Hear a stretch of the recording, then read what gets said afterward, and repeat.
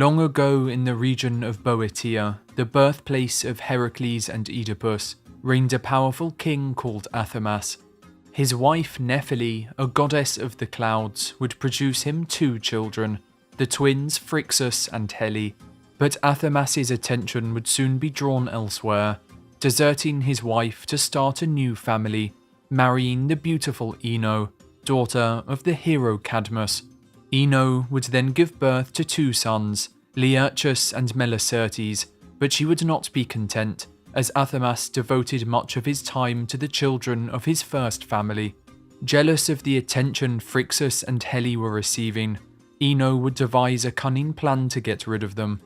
Secretly burning all the city's seeds, she had ensured that the next harvest could not be sown, with all the local farmers terrified of the famine that was about to come. In desperation, they would send a small band of messengers to seek assistance from the Oracle of Delphi. But it was just as she had planned, with Ino bribing all the messengers on their return. With their bribes in hand, the group of messengers would follow Ino's instructions, lying to King Athamas and telling him that the only way to avoid famine was to sacrifice his firstborn son Phrixus. With his people on the brink of starvation, Athamas saw no other choice, reluctantly agreeing to their demands. But just as Phrixus was about to be sacrificed, his mother, the goddess Nephele, wanting to save her son, would appear before him. Next to her stood a gift from the god Hermes, a winged ram covered in a beautiful fleece of gold, a sight so mesmerizing that all those who saw it were stopped in their tracks. Telling her son to escape, Phrixus would mount the ram, taking with him his twin sister Helle. Flying out of the city, they would make their way east, but as they crossed the sea on the way to Colchis, Helle would look down, becoming nauseous at the sight of the waves below. Falling off the ram, she would plummet into the water, but no matter how hard she tried, she could not reach her brother's hand, with the waves soon consuming her. The ancient Greeks would name the waterway in which she fell the Hellespont in her honour, a strait known today as the Dardanelles. Mourning the loss of his sister, Phrixus would continue his journey, soon landing in the kingdom of Colchis, where he would be welcomed by King Aeetes, child of the sun god Helios. Thankful to be alive, he would sacrifice the golden ram to Zeus and gift its hide to King Aeetes in thanks for giving him a new home. Aeetes would hang the Golden Fleece in the sacred grove of the war god Ares, where the Colchian dragon had made its home. Under the dragon's protection, the fleece would become a symbol of the king's authority and power, with it being prophesied that if it was ever taken, Aeetes would lose his kingdom. Little did he know that across the seas in Greece, a young man named Jason was assembling the greatest group of heroes the world had ever seen. Their quest for the Golden Fleece had just begun.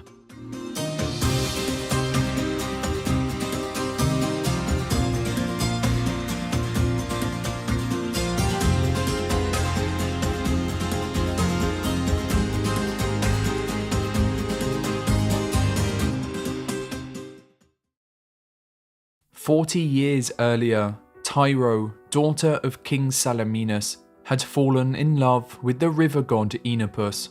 However, unfortunately for Tyro, Oenopus would reject her advances. Seeing the events unfold from Mount Olympus, Poseidon, the god of the sea, would decide to take advantage of her affections. Taking the form of Oenopus, Poseidon would descend to earth, seducing Tyro, with the two spending a night together. As the next day dawned, Poseidon would reveal that he was not Oenopus at all, but rather the god of the sea. Shocked at the deception, Tyro would also be informed that she would soon give birth to 2 sons, but that she must keep the affair a secret. And so, when the time came and she gave birth to 2 boys, Tyro would leave them in the wild to die. But as the children of Poseidon, they possessed great strength, surviving long enough until a local herdsman stumbled across them. Saving the twins, he would raise them as his own, naming one Pelias and the other Neleus. However, having returned to the kingdom of Iolcus, Tyro had married her uncle King Cretheus, with her bearing him 3 sons, the eldest Aeson, as well as Pheres and Amathion. As the years went on, they too would have sons of their own, with Aeson, the rightful heir to the throne, having a boy named Jason. But King Cretheus, having now ruled his kingdom for almost 50 years, had reached the end of his life, passing on to the realm of the dead. Upon the king's death, and having mourned his father's passing, Aeson would be ready to inherit the throne, but it was at this moment Pelias, the firstborn of Tyro and Poseidon, who had been left in the wild to die, would claim the kingdom of Iolcus as his own, sending in his armies to take the city by force. Fearing for the life of his infant son Jason, Aeson smuggled the boy out of the city, leaving him with the centaur Chiron to be raised. Upon his return to Iolcus, he would find the city ablaze, being quickly caught and imprisoned by Pelias' soldiers. Chiron, the teacher of Heracles and other famous heroes, would raise Jason for 20 years, teaching him athletics, speechcraft, and warfare. But as Jason reached manhood, and having learnt everything Chiron had to offer, he would set out to reclaim his father's stolen kingdom.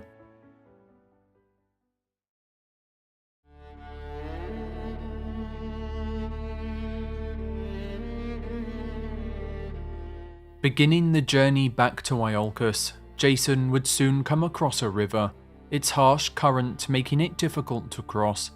On his side of the stream sat an old woman unable to pass, with Jason offering to carry her across on his back. But as he did so, the swift current would remove one of his sandals, with him forced to continue his journey with 1 foot bare. However, back in Iolcus, King Pelias, having just asked an oracle the way in which he would die, was advised to be wary of a man with 1 sandal. It was at this moment that Jason arrived at the palace, demanding that the kingdom be given to him. Seeing Jason was wearing only 1 sandal, and hearing the townspeople cheer his return, Pelias realised he could not simply have him killed, so instead came up with a devious plan. He would challenge Jason to retrieve the famous Golden Fleece from Colchis, an item said to be more valuable than anything else on Earth. If he was able to retrieve the fleece, Pelias promised to forfeit the kingdom, being certain that Jason would die along the way. With his honour on the line, Jason would accept Pelias' offer, but knowing of the dangers that lay ahead, would begin to gather the greatest heroes the world had ever seen.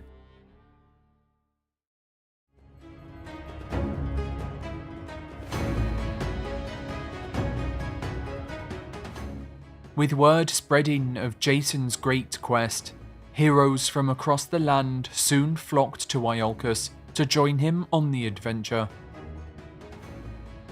The first to arrive would be Heracles, the son of Zeus and the greatest hero of the land, who offered his incredible strength and skill. He would be joined by Zetes and Callias, sons of the North Wind, who each possessed a magnificent pair of wings that granted them the power of flight.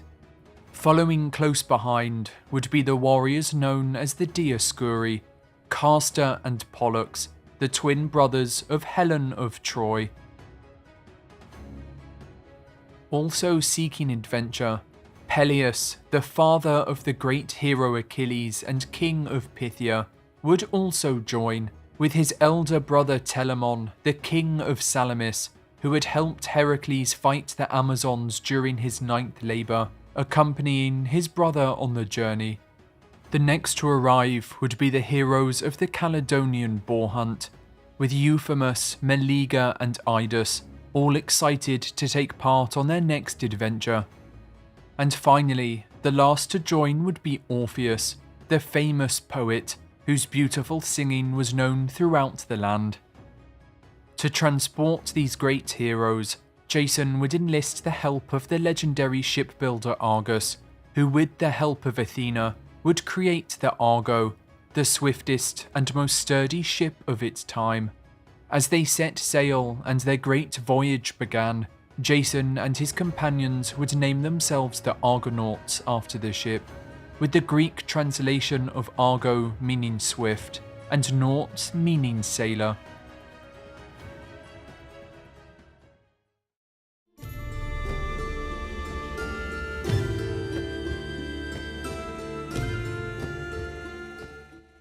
Heading north, they would first arrive at the island of Lemnos, only to discover it was inhabited entirely by women. Many years ago, the women of the island had been devoted followers of Aphrodite, the goddess of love and beauty, but their devotion to the goddess had begun to wane, with her temple falling into ruin. Outraged, Aphrodite would curse the women, causing them to emit a horrible stench, with each of their husbands choosing to sleep with their female slaves rather than spend time with their wives. The women, neglected and feeling betrayed by their husbands, would decide to murder every male inhabitant of the island, including every boy, with them spending many years alone until the Argonauts' arrival. Seeing the heroes arrive, Aphrodite would lift her curse, allowing the women to greet their new visitors. With the smell now gone, Aphrodite hoped that the women would fall pregnant, ensuring the survival of the island's inhabitants, with a new generation of children ready to worship her. Her plan would be successful, and after an entire year had passed, the Argonauts had still not left the island, with Heracles becoming enraged. Assembling his companions, Heracles would shame them for forgetting their quest, reminding the men that they would not become great and famed heroes if they did not retrieve the Golden Fleece. Hanging their heads in embarrassment, the Argonauts would return to the ship, with their journey soon resuming.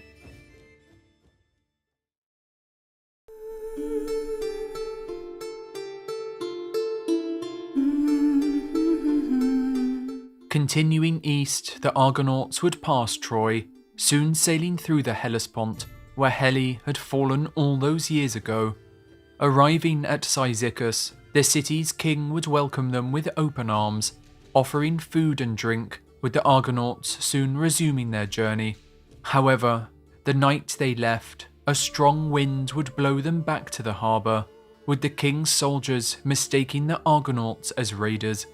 Fighting in complete darkness, the two sides would inflict significant damage, with the king himself and most of his men being slaughtered in the conflict. As night became day and both sides realised what they had done, they would come together to mourn the loss of their dead, hosting a great funeral, with the Argonauts then setting sail. They would next come ashore at Chios, so that Heracles could replace his broken oar. However, Heracles' companion and servant Hylas, having wandered into the wilderness, had become lost in the depths of a vast forest. Hylas would soon stumble across a beautiful spring, stopping to quench his thirst and to wash his body. However, the spring was home to a group of water nymphs, who upon seeing the young man, the first man they had ever seen, would fall in love. Grabbing him by the arm, they would pull Hylas into the water, making him immortal and trapping him there for eternity.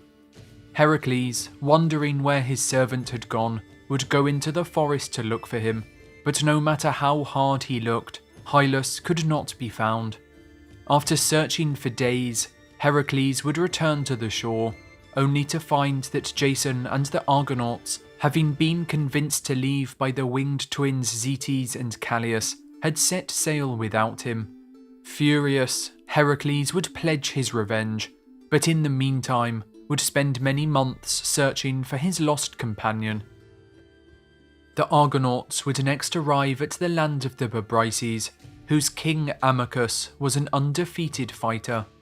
Challenging all those who arrived in his kingdom to duel with him, Jason was offended by the challenge, and missing his greatest warrior Heracles, would send his second best fighter, the demigod Pollux, the brother of Helen and son of Zeus. However, the fight would not last long, as Pollux overpowered the king with ease, ending his life with a powerful strike to the elbow.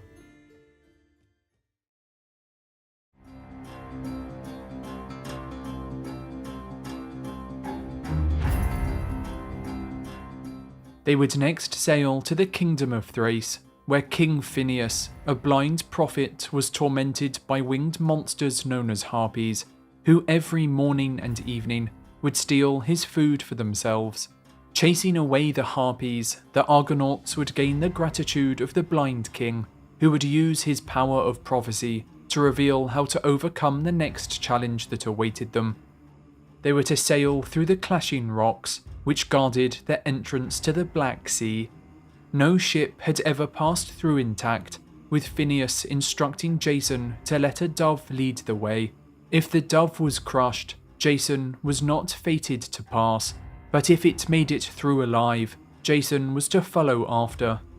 They would then thank the king and resume their journey. Soon reaching the clashing rocks, they would release the dove as instructed, with it passing through unharmed.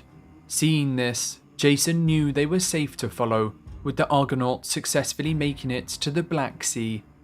With the Argo having successfully passed through, the clashing rocks would come to rest, with every ship thereafter able to use the passage.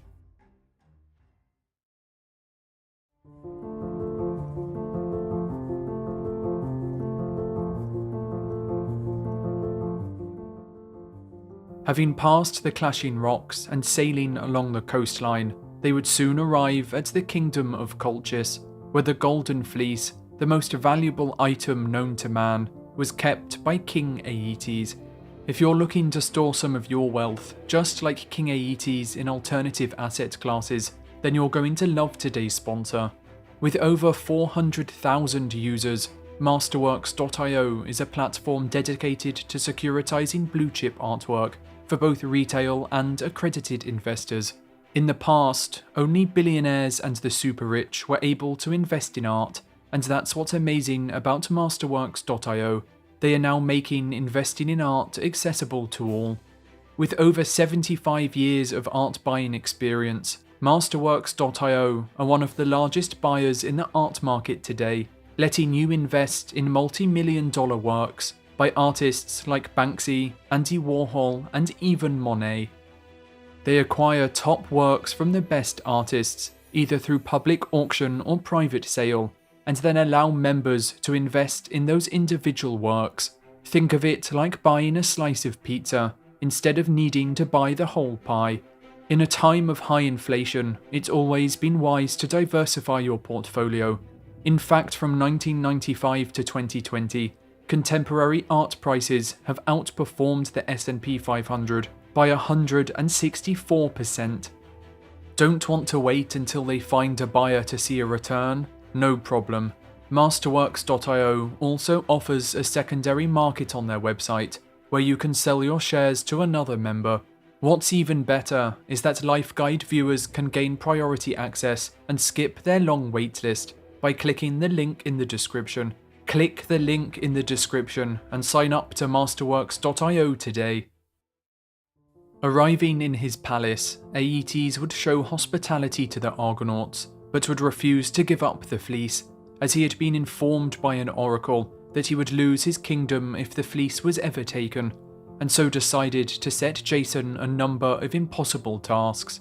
In exchange for the fleece, Jason would have to tame a pair of fire-breathing bulls with bronze hooves before sowing a field with dragon's teeth.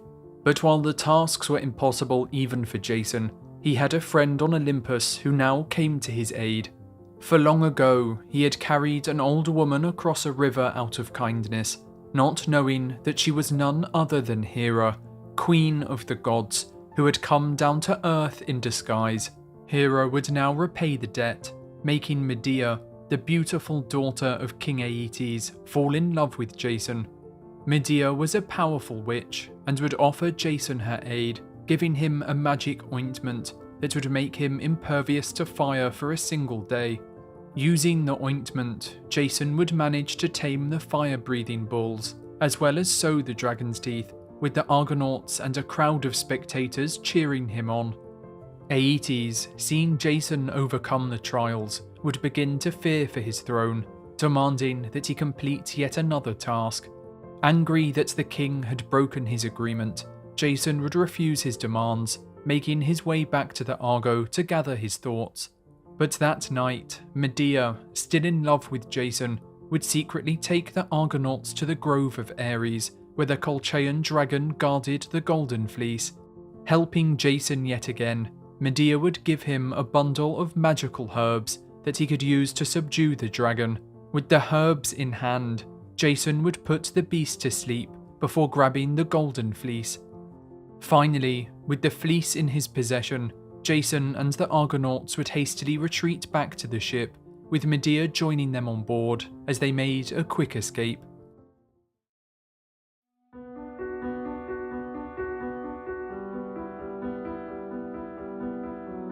As morning came, King Aeetes awoke to discover that the Golden Fleece had been taken, with him quickly assembling a fleet of ships to head out in pursuit.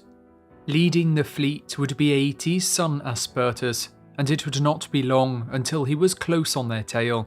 Medea, seeing her brother Aspertus closing in on them, and knowing they could not outrun such a large fleet, would ask the Argo to be halted, so she could bring her brother on board to discuss peace talks.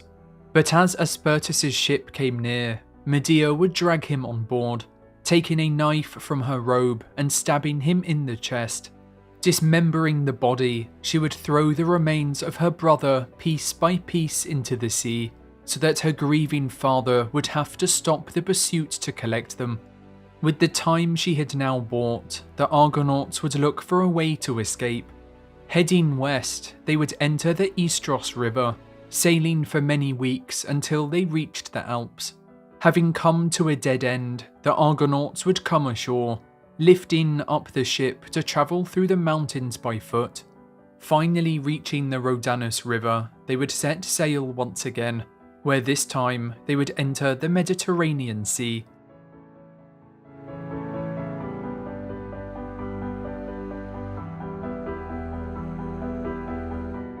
Heading east, Medea would direct them towards the island of Aea, where her aunt Circe, a powerful witch, had made her home.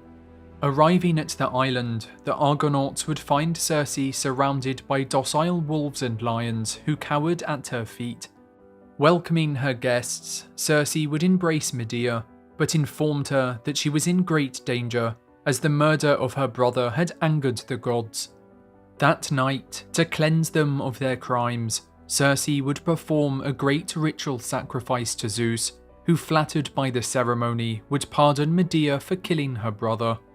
The next morning, with the Argonauts ready to leave, Circe would offer them some advice, warning that they were soon to pass the home of the Sirens, whose bewitching songs would lure them to their death. Setting sail, they would heed Circe's advice, with Jason and his men soon beginning to hear an enchanting melody. It was at this moment that Orpheus, the famous poet, would take out his lyre and begin to play his beautiful songs. Songs that would grow louder and louder as they drowned out the sirens' call. Only when they had passed by safely would Orpheus put down his lyre, with all the men on board cheering and thanking him for saving their lives. Heading back to Greece, their next stop would be the island of Syria, home to the Phaeacians, a kind people who welcomed them with open arms. After facing so many dangers, they would rest on the island for a few weeks, with Jason and Medea hosting a great wedding during their time there. Now married, they would take to the sea once again, finally heading home to Greece. But the love and joy on board the ship would not last long, for a great storm would blow them off course, all the way down to the African coastline, where the Argo would become stranded in the sand.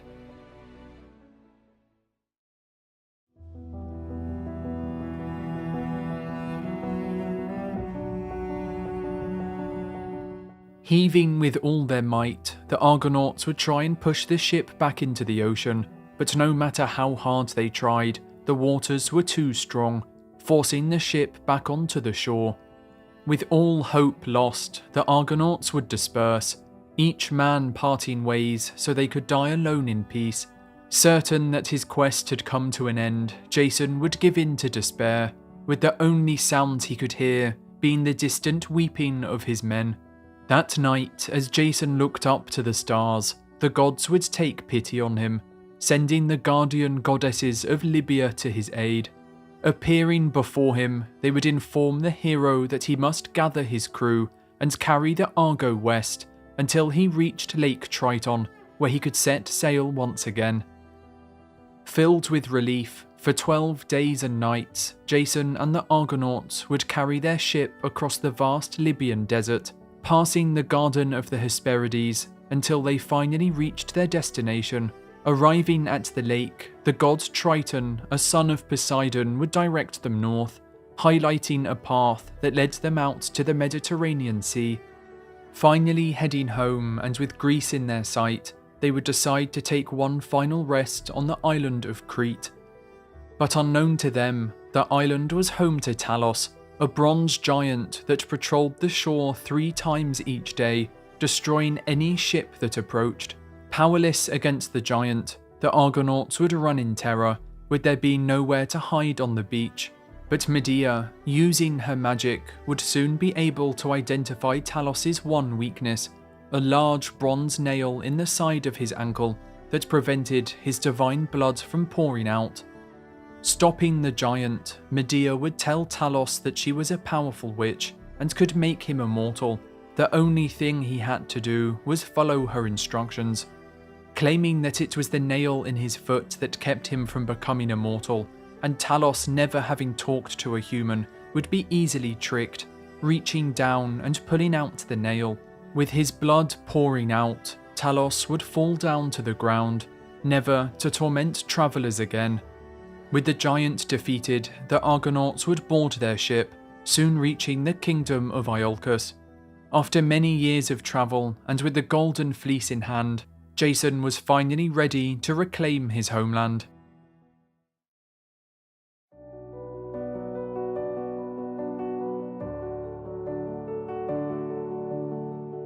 Arriving back in the city, Jason would learn that King Pelias had put his father to death during his absence, with revenge now the only thing on his mind. Approaching the king with the Golden Fleece, Jason demanded that the kingdom be rightfully transferred to him, but Pelias, not honouring his word, would refuse, asking Jason to leave. However, Medea, realising the king would never give up his throne, came up with a cunning plan. Inviting the king's daughters to attend, Medea would chop up an old ram into pieces, boiling it in a cauldron for all to see. Using her magic, the ram would come back to life, jumping out of the cauldron with its youth restored. But Pelias's daughters, having seen their father grow old and weary just as the ram had, desired him to be rejuvenated as well. And so, when Medea told them she could perform the same magic on the king, their faces lit up with joy. Sneaking into Pelias's room when all were asleep, they would chop him into pieces and throw him in the cauldron, eagerly awaiting Medea's return the next morning. But upon seeing the king butchered by his own daughters, all Medea could do was laugh, her cunning plan having worked exactly as foreseen. With Pelias now dead, Jason was ready to take the throne. However, the king's son Acastus would discover Medea's involvement in the gruesome murder, driving her and Jason from the city.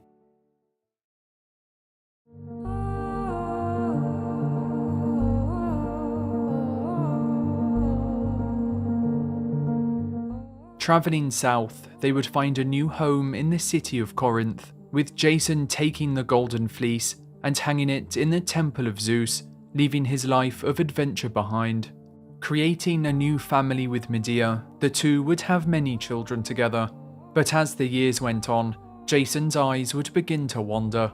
Craving the fame and fortune of his youth, he would look for a wife that he could use to rise through the ranks of society, abandoning Medea and his family to marry the Princess Creusa. Betrayed and her heart broken, having murdered her own brother to help Jason, Medea would swear revenge, sending a magic robe to Creusa as a wedding gift. As soon as the robe touched her skin, Creusa's flesh would begin to burn, with her letting out a scream of agony. Her elderly father would attempt to save her, but upon touching the robe, he too would begin to burn, with the pair dying together in front of Jason's tearful eyes. Horrified at the death of his new wife, Jason, knowing who had sent the cursed robe, would draw his sword and rush to confront Medea, but upon finding her, he would discover the true extent of her rage. For at her feet lay the dead bodies of their 2 sons, Alcamenes and Tysander, with blood still dripping from the dagger Medea had used to kill them. Dropping to his knees, Jason would begin to weep, with Medea flying off in the chariot of her grandfather, the sun god Helios, her final act of revenge complete. Jason would go on to live the rest of his life as a lonely man, never finding love and producing no more children. Clinging on to the memories of his youth, Jason would often visit the Argo, which had been deserted on the shore.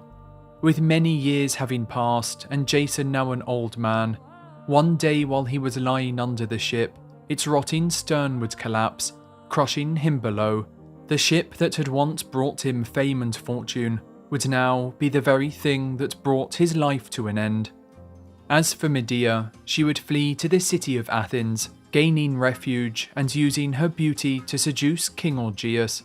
Becoming queen, she would bear him a son, but her rise to power would soon be challenged when the city's rightful heir, the great hero Theseus, would return to claim the throne.